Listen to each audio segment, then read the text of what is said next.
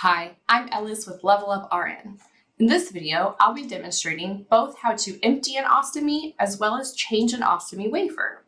I'll be following along with the steps in our clinical nursing skills deck. So if you have this deck, grab the corresponding cards and you can follow along with me. If you don't have the deck and you're interested in checking it out, head on over to leveluprn.com. After the demonstration, don't forget to hang out for just a second because I'm going to be providing just one more tip for you.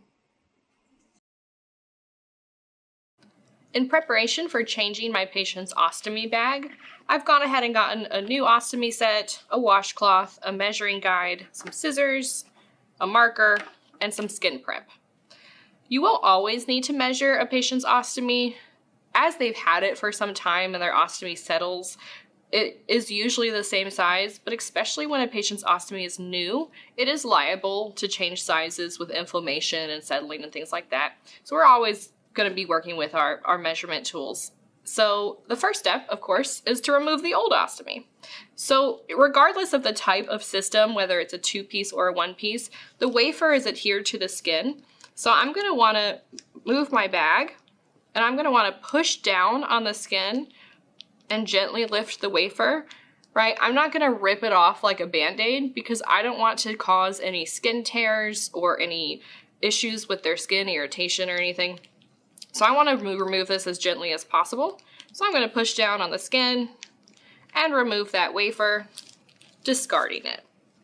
I can now assess my ostomy, making sure that it's beefy red and that it doesn't have any signs of ischemia or skin breakdown in the periostomy area. I'm going to get a damp, warm washcloth with no soap and just clean around the external part of the ostomy, and then making sure that that dries completely before I place the new system on. The system I'm using is a 2-piece today, so I'm going to go ahead and separate it so I can work with my wafer because I'll be needing to cut the ostomy size. So I take my measuring tool and I'm going to place it over the ostomy itself so that I know what size to cut my wafer. Now I want my wafer to fit snugly against the ostomy so that no leakage occurs and the peristomal area doesn't get breakdown, but I don't want it to fit so snugly that it constricts the ostomy and it prevents things like blood flow from happening. So I'm going to try a couple of different options. That one looks a bit too large. That one's a little too small. I feel like Goldilocks, but that's just right. So you can see that it fits snugly. It's about 1/8 of an inch around the ostomy stoma itself. So I'm gonna use this as a guide to select the size on my ostomy wafer. There are lines that indicate it, but I'll go ahead and mark it just for my own comfort, making sure that I cut the right size out. I'm gonna get some blunt tip scissors and I'm going to cut that circle out. If my patient is capable of helping with these tasks, it's always important to get them involved so that they can do this when they go home. We want to make sure that they or their caregiver or loved one is able to provide them these services after they leave the facility. So I'm trying to do this as smooth as possible, which is hard because I'm also trying to do it fairly quickly. But I've got my appropriately sized ostomy hole. I'm then going to remove the backing of it. I can get a pack of preparatory, something that prepares the skin for adhesive. It helps prevent breakdown, and it helps when we're ready to remove the wafer, that it prevents any damage from the skin. So it prevents that skin breakdown. So I'm going to remove all of the adhesive protectants on my wafer and place it around my stoma, pressing it so that it is firmly against the skin, again, so that none of the effluent that's exiting the stoma can get under the wafer and come into contact with the skin itself. I can press it down for a few minutes, making sure it is firmly set in.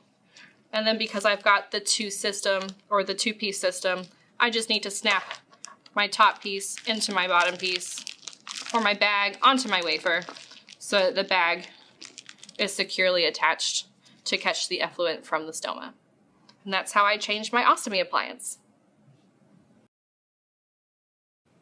Emptying an ostomy bag for a patient is going to need to be done before it reaches 1/2 full. So we want to maybe do it 1/3 to 1/2 full, because the more effluent or waste that is in the bag, the heavier the bag gets and the more likely it is to either detach from the wafer, from the patient, or even just come open.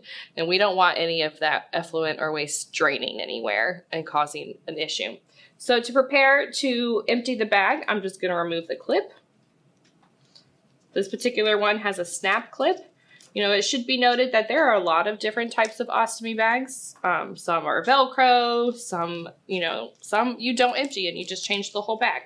But this one has a clip, and I'm going to actually roll the end of this bag down a little, because when I allow the waste to exit, I don't want it to touch the outside of the bag and potentially get on anything else.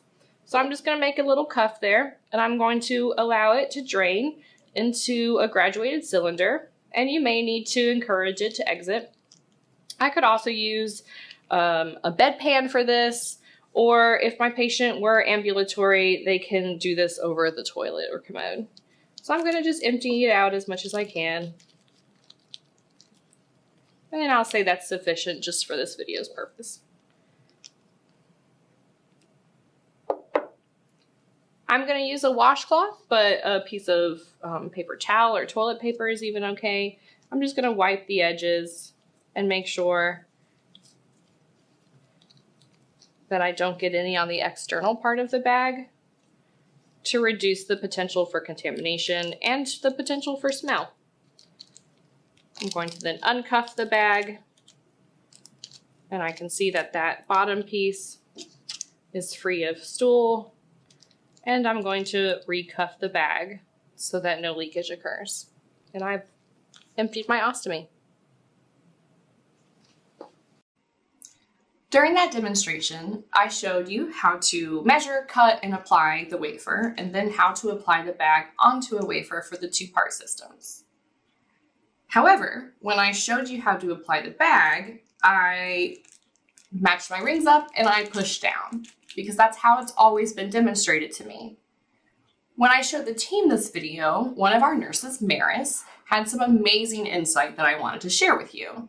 She actually has had an ostomy before, so she can share personal experiences about what that's like. And she told me that when someone puts the bag on to the wafer like this, it is extremely painful. At best, it's uncomfortable, but especially if the ostomy is new, it's very, very painful. And she pointed out that there's a lip under this plastic piece for you to hold, so that when you're pushing down on the ring, you're not actually pushing down on the patient, but you're applying that counter pressure for it.